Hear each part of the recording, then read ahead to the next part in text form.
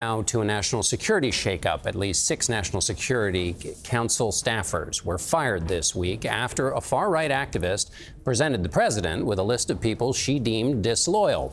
The director of the NSA was also dismissed by the Trump administration. The White House won't say why.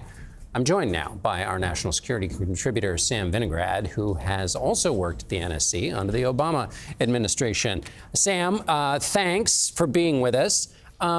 Can you explain functionally what the result will be from these firings? Well, John, obviously individuals in the administration serve at the pleasure of the president, but how these individuals were fired is what concerns me the most. These individuals were immediately relieved of their responsibilities. There was no managed transition.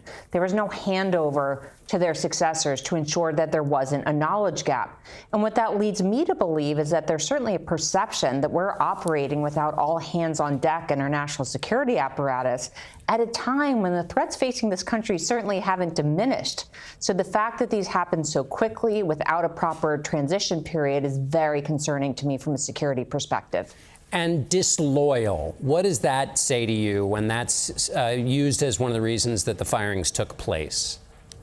Well, during my 4 years at the NSC, individuals were dismissed, but for cause, not for disloyalty. What I mean by that is if an individual was failing to live up to the requirements of their job, if they weren't effective, if they had some other sort of liability attached with their performing their functions, they were dismissed in a managed fashion.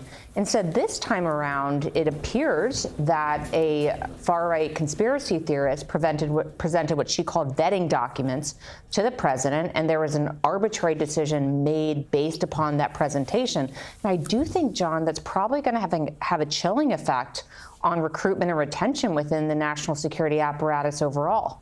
So 15 seconds left. You mean just going forward, who wants to join a group that's going to have this kind of firings out of nowhere that might take place? Well, joining the federal government before used to have job security and know that if you performed your roles and responsibilities, you would have a job for a certain period of time.